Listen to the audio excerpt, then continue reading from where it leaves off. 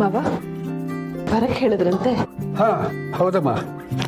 ಮಾಧವ ಅವ್ರ ಫೋನಲ್ಲಿ ಮಾತಾಡ್ತಾ ಇದ್ದಾರೆ. ಏನು ವಿಷಯ ಮಾವ? ನೋಡು, ಇದೆಲ್ಲ ಆ ಹೆಂಗಸ್ ಬರೆದಿರೋ ಚಿತ್ರಗಳು.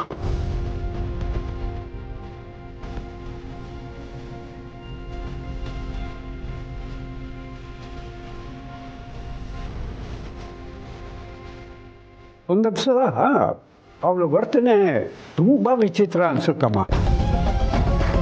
ಇದಕ್ಕಿದ್ದಾಗೆ ಅಳೋಕೆ ಶುರು ಮಾಡ್ತಾಳೆ, ಏನೋ ನೆನಪು ಮಾಡಿಕೊಂಡು ಕೂಗು ಬಿಡ್ತಾಳೆ. ಅವಳ ತಲೆ ಒಳಗೆ ಏನೇನು ಯೋಚನೆ ಓಡ್ತಾ ಇದೆ ಅನ್ನೋದೇ ಗೊತ್ತಾಗೋದಿಲ್ಲ ನೋಡು. ಅವ್ರಿಗೆ ಚಿತ್ರ ಬರೆಯೋದು ಅಂದರೆ ತುಂಬ ಇಷ್ಟ ಅನಿಸುತ್ತೆ.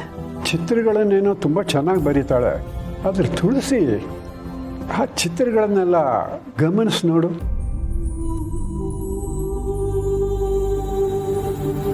ಅವೆಲ್ಲನೂ ಕೃಷ್ಣನಿಗೆ ಸಂಬಂಧಪಟ್ಟಂಥ ಚಿತ್ರಗಳು.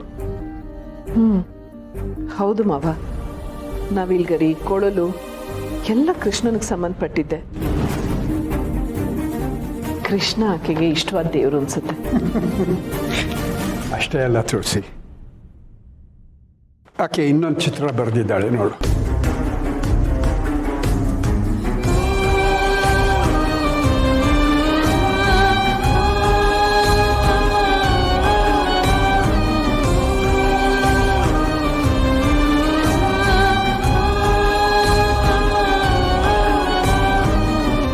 ಮಾವ, ಇದು ಯಾರಿರ್ಬೋದು?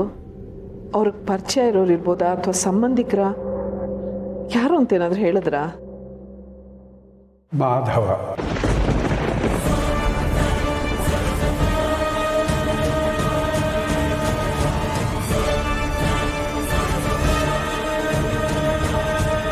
ಎಂಥ ಆಶ್ಚರ್ಯ, ಎಂಥ ಕಾಕತಾಳೀಯ ಅಂದರೆ ಅವಳು ಬೇರೆ ಏನೂ ಮಾತಾಡಲಿಲ್ಲ. ಈ ಚಿತ್ರದಲ್ಲಿರೋದು ಯಾರು ಅಂತ ಕೇಳಿದ್ದಕ್ಕೆ ಮಾಧವ ಅಂತ.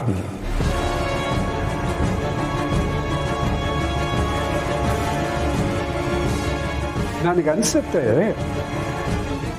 ಆಕೆ ಸಂಬಂಧಿಕರು, ಮಗನೋ ಅಥವಾ ಹತ್ತಿರದವರು ಯಾರಾದರೂ ಮಾಧವ ಅಂತ ಇರಬಹುದು.